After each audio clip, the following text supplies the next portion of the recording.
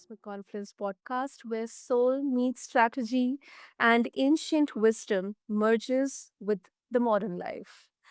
I'm your host, Sana, and today we are diving into something I have not always, but lately been quietly curious about how our birth charts, our human design, and even our gene keys might hold more than just personality traits.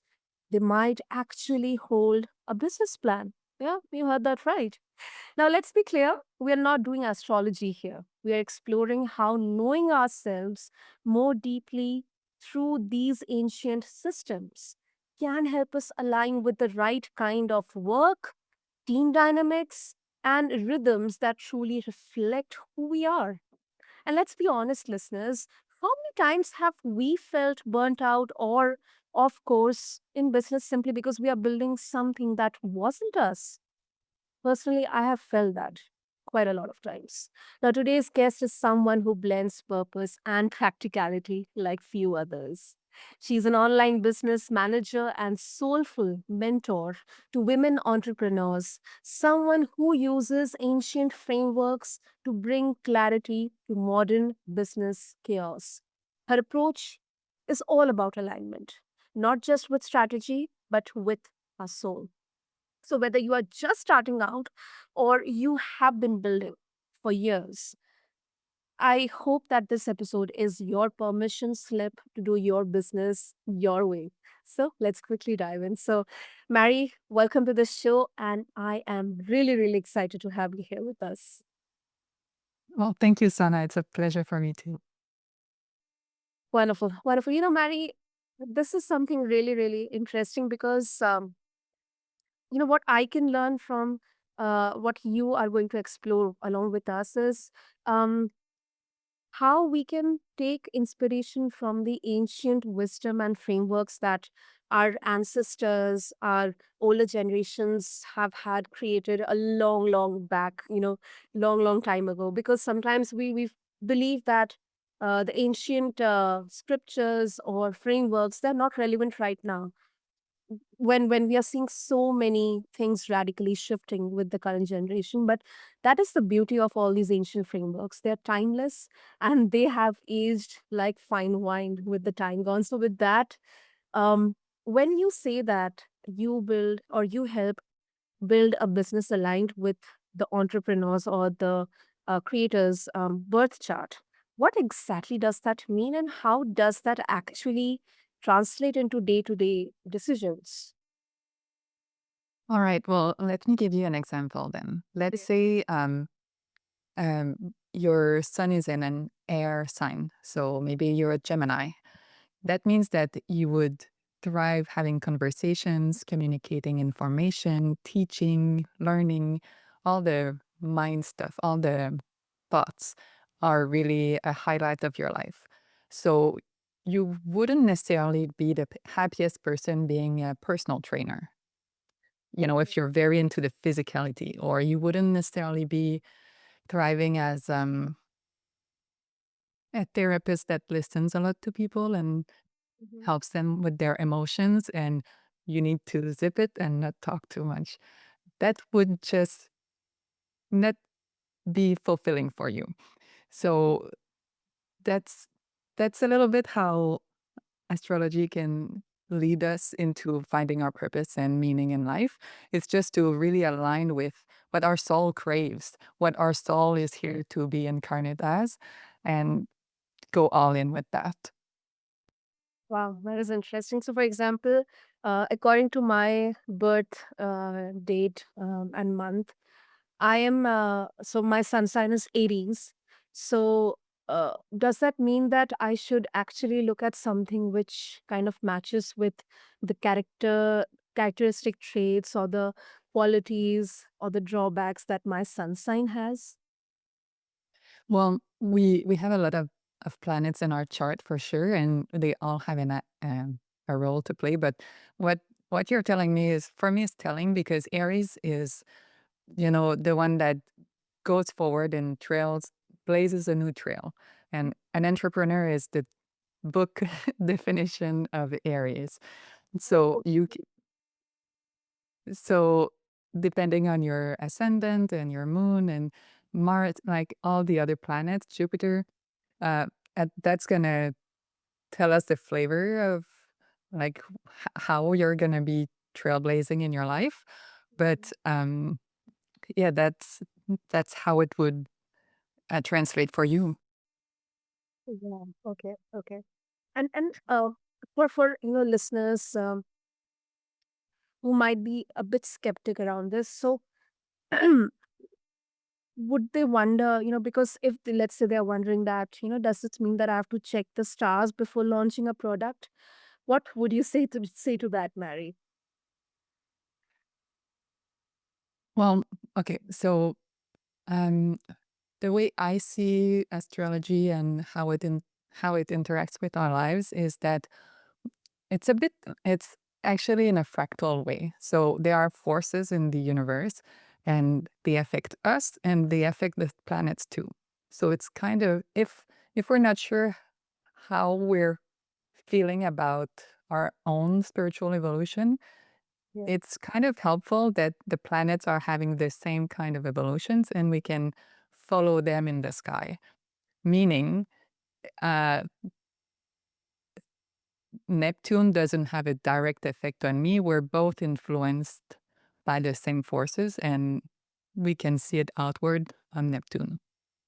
Okay. So, if Mercury is going retrograde, which is a common one, people always say, oh, don't travel, communications will be terrible, everything will go wrong.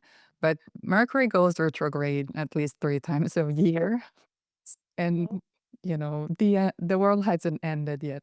It's just to me, it tells me it's a time to reflect. Retrograde means going back, the Mm. means going back.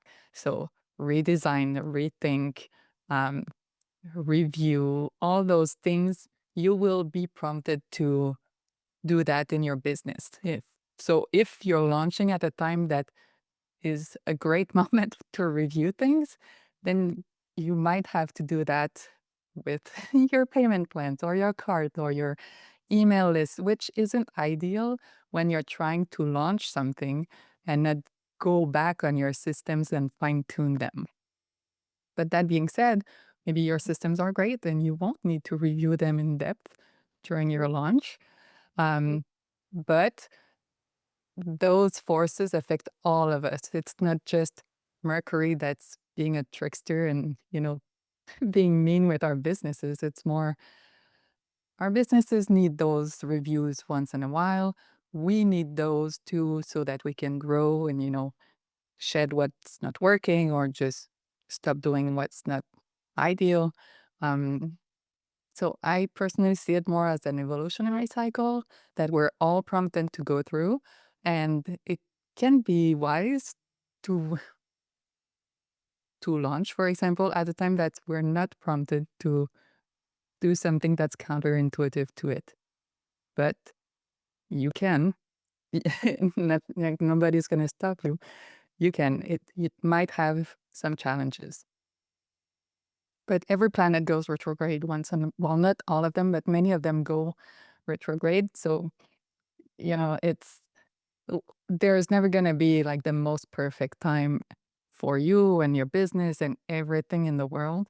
Sometimes you just have to go and, do your best and move forward. Exactly. Exactly. That's very beautiful explained, Mary, because it's not only just from the astrology perspective, but more from a practical perspective as well.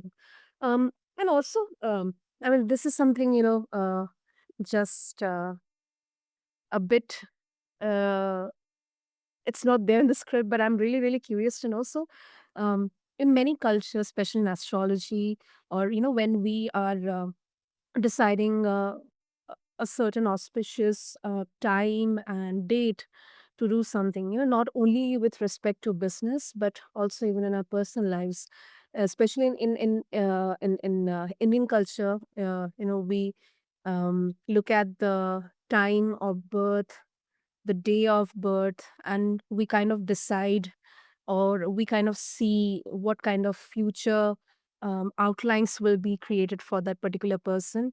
whether it's marriage or it's laying foundation of your business. In fact, we have something called as vastu, which is more about the location of certain rooms, like bedroom or your even in fact washroom, the entry door, everything. It's with respect to a certain kind of framework in the vastu shastra. That's what we call in Hindu culture. So do you think all these dates and times, they have relevance, because I've heard that the date, the number 13, it is so inauspicious that if it falls on Friday, that we do not book any tickets or we do not go anywhere or do anything important on that particular day and date. Well, it's funny that you're saying that number. I'm not an expert in numerology and all that, but I have like a really keen interest in spirituality and all those things. Yeah. And apparently, Friday the 13th has been deemed a unlucky number or a bad omen because it was the Friday that Jesus Christ had his last meal with his apostles, and they were 13. And I don't know why it got distorted, but apparently that's the origin of that number and that day. So I think some of those superstitions are just culturally, I don't know, they come from some powers that wanted to scare us or disempower us. I'm not exactly sure.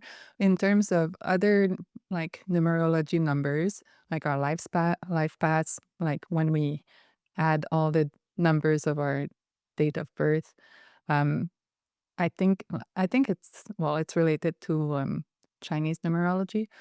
I think that's also fascinating, but I don't know enough about them to be able to tell you more.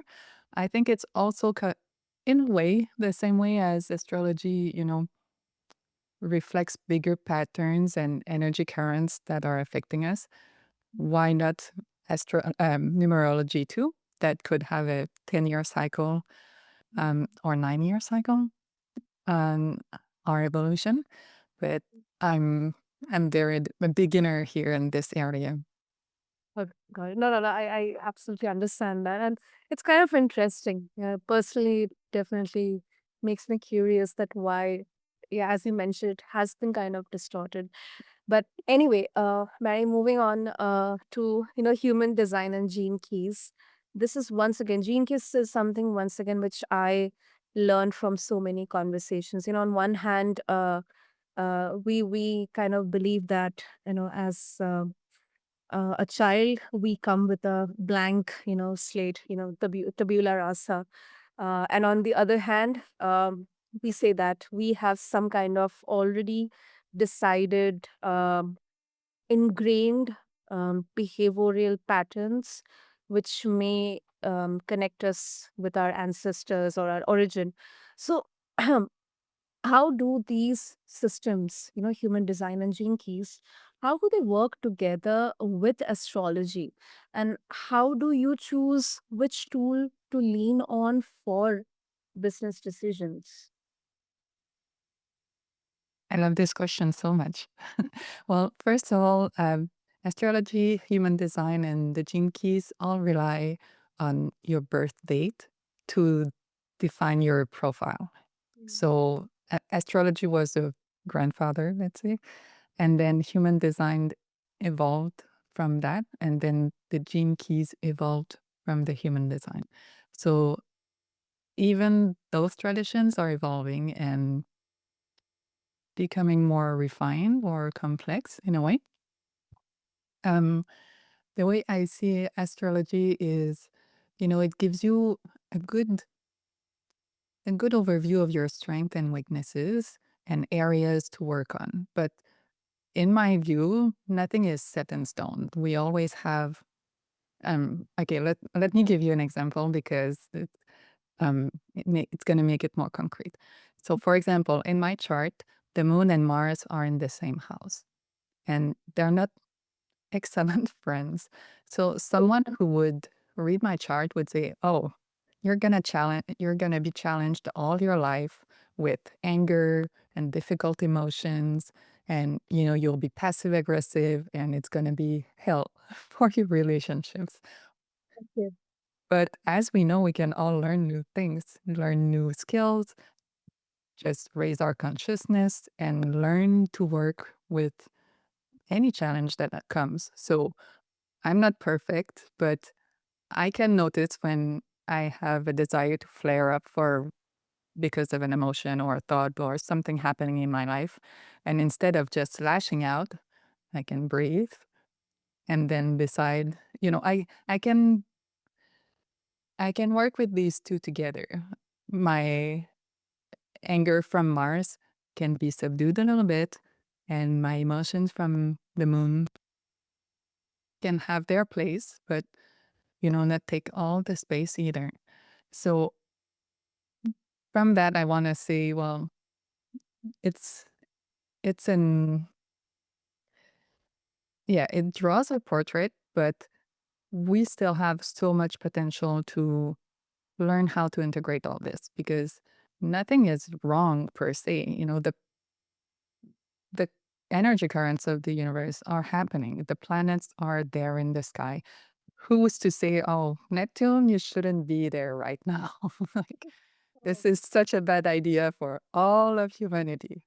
No, of course not. It's just we have our ego and we're not sure how to make sense of that. But everything is perfect as it is already. So that's the part for astrology. I find it tells us, okay, our tendencies and what we could have to learn to work on or what is already going so great in our life. And then human design, well, it's more about how we're going to use that energy in the most um, joyful and fulfilling way. So there are a few energy profiles and they're all quite different. So when you know your own and you accept it in the way that you're going to use your energy throughout the day and in your life, then everything falls into place. It's it almost feels like it's a secret that's well kept and everyone should know about it because um, for example, in the business world, we often have this idea of, well, you have to hustle, you have to work hard, no rest, work hard, play hard. And that's one way to do it. But there's also the way, well, you can rest. and but when you're gonna work, it's gonna be so on point. You won't need to waste energy. It's gonna be very effective and impactful, and then you can go back to resting, and that's how you're going to generate that rhythm. So most of us, we see these big flashy quotes or speakers that say, well, I sleep 5 hours a night and that's how I became a millionaire. But there are so many other quieter ways sometimes, or just different ways that aren't as showy or colorful or, I don't know, newsworthy. So we don't hear about them as much. Sure. That's true. That's true. And Yeah, you're totally right. and then for the gene keys, well, that for me, how I've been appreciating them in my life has been quite at the unconscious level. I'm reading the gene keys, and sometimes something shifts. I feel there's a shift, but I couldn't tell you what triggered it. I was reading, but nothing in particular, no word s- spoke to me that much, but something shifted in me, and it's really like an energy transmission for me. Either when I'm contemplating on a quote, or when I'm reading the text, and this is the most mysterious of them, but with their lines and the spheres and all that, it- it's yeah, it's the stranger for me, but also the most magical. And it's so on point. Whenever I read it, I really feel seen. So something's right, but it's um yeah, different. I get that feeling. I get the feeling. Any book or resource that you rely upon for understanding about gene keys that you would like to suggest to our listeners who may be interested in exploring more about it?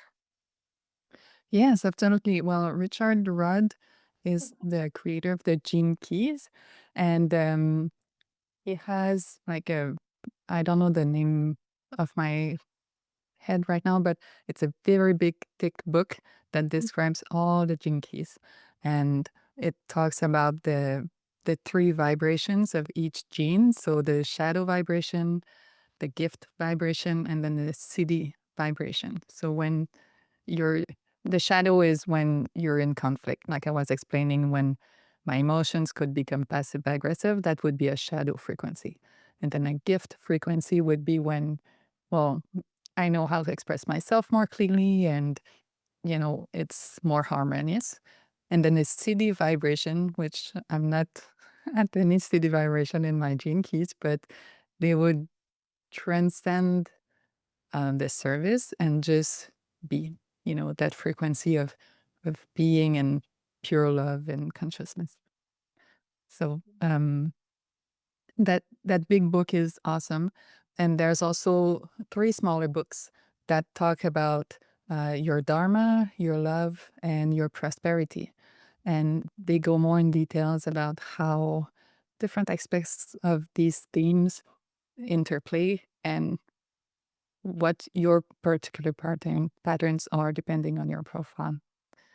So much to explore. I would love to just be able to spend all my time reading it, but yeah, it's something to explore more. Absolutely, absolutely. I'll make sure to mention Richard Rudd's book in the show notes for our listeners. And also, this is so, I mean, it may be overwhelming sometimes, but there's so much, there's so much. We often judge ourselves many a times that we are just a mere human being. Um, but it's so interesting to know our origin, our um, how things around us they do um, kind of influence the way we think about ourselves or about taking decisions. And it's really great to know from you, Mary, that how you are simplifying this for all of us through astrology, through human design, through gene keys. Specifically, I loved how you mentioned that astrology is kind of the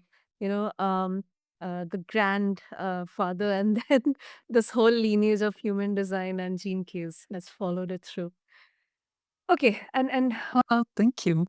yeah, uh, let's talk about the challenges also, Mary, because have you what kind of common entrepreneurial pitfalls have you seen? That show up in birth charts, and how can someone work with those patterns instead of getting stuck or getting demotivated by even realizing that okay, I have these patterns, they're kind of ingrained within me, so there's no solution or way ahead from now on. Well, maybe you won't like my answer, but sometimes you have to accept Yeah. what is. Um, if if you're not a very ambitious person, then it's okay to have a not very ambitious business. To have something that fulfills the basic needs and, gives you a little more. But if the highlight of your life is your family, for example, well, then you'll never love going for big business goals because you'll just be happy to be with your loved ones.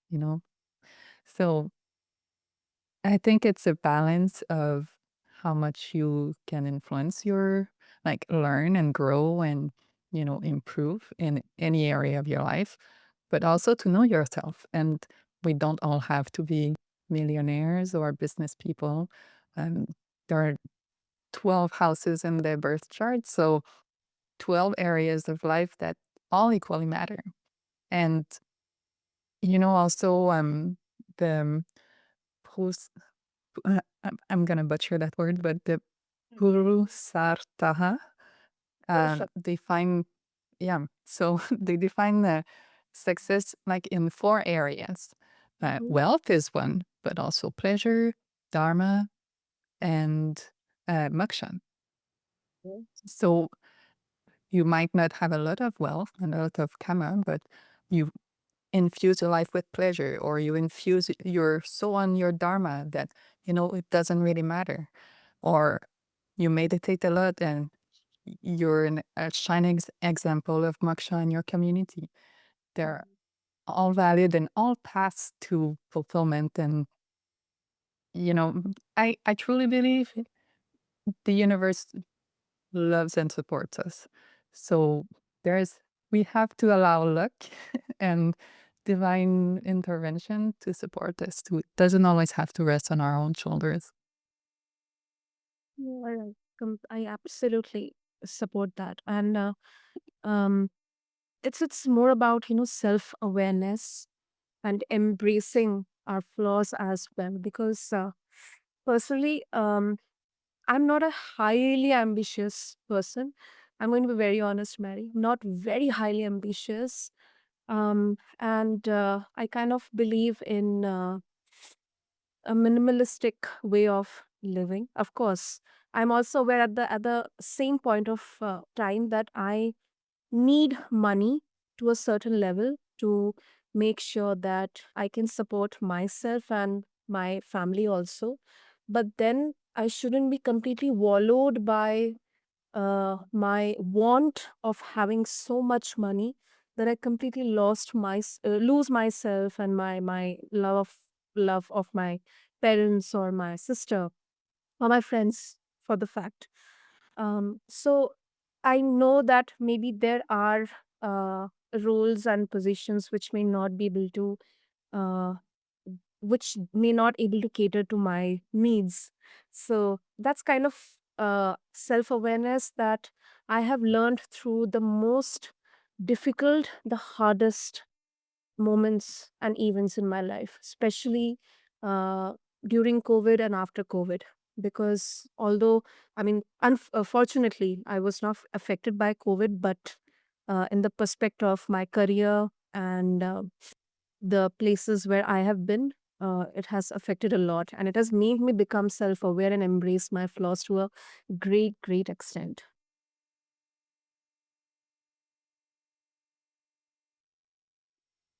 I think it's beautiful. And also, you say you don't strive a lot for your business because you value so much the people in your life, but I'm sure they were a support too. Maybe emotional, maybe some other ways. Um, we are rich in so many ways, and yes, money is a vehicle for freedom and power and options, but so are people, and sometimes they can help without using money per se to provide whatever we need at that moment. Right. That's right. Wonderful, wonderful, Mary. So before we wrap up, and of course, we have to address the skepticism here because that is natural. So, what would you say to someone who thinks that, I mean, in business, astrology, human design, nothing, they don't have any space in there? I mean, how do you balance spiritual insight with practical action in the real world of sales, systems, profit, money, strategy? Well, okay, I have a few answers, but it's the end, so I'll try to wrap it. Um, well, they don't have to listen, but I think they're shooting themselves in the foot. It's JP Morgan, someone very rich in the United States, that said, millionaires don't believe in astrology, but billionaires do. Oh, So I guess we'll take his word for it. Um, oh, I had another thought, but I forgot it. But that's a very important, like impactful quote I find. And oh, well, that's the other thing too. It's not because it's difficult to show the relationship between astrology and our business or our lives that it doesn't exist. It's just we're failing to prove it. We're not disproving it.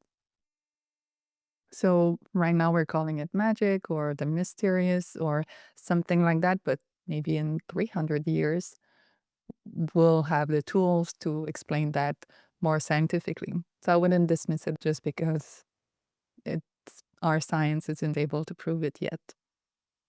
Although there are scientific studies that have shown some uh, correlations that were, how do you say that? Well, they made sense statistically. Wonderful, wonderful. No, no, I agree with that. You know, something which we cannot prove. It might look as a woo to us, but something which we have experienced, seen, it has affected us. Definitely, you know, it's all completely, totally to the person who is looking at it. Wonderful, Mary. So, if our listeners they would like to connect with you, what will be the best way to do that? Oh, they can find me at my website, which is delightedspirit.com. And from there, they'll see how they can with me. They can download free things. They can find my social media accounts. This is the hub for all things about me and my business. Absolutely. I'll make sure to mention that in the show notes for all the listeners. And Mary, this was such a lovely, lovely conversation, such a refreshing one because um, what I can learn from this is business isn't just about building or creating, it's about becoming. And when we honor the design we were born with, we stop fighting ourselves and we stop trying to fit into someone else's blueprint and start creating from a from a place of deeper knowledge and also deeper inner peace. So with that, thank you so much for your time. Oh, it was such a joy. Thank you so much for having me, Sana. Thank you. Thank you, Mary. And to all the listeners, thank you so much for being a part of this beautiful journey of Cosmic Confluence. Whether you are into astrology or not, maybe the deeper question is what would change if you trusted yourself more? So, if you stopped building a business that should work and start building one that feels right. With that, thank you for tuning into this show. And until next time, stay aligned, stay curious, and above all, stay true to your soul. Thank you.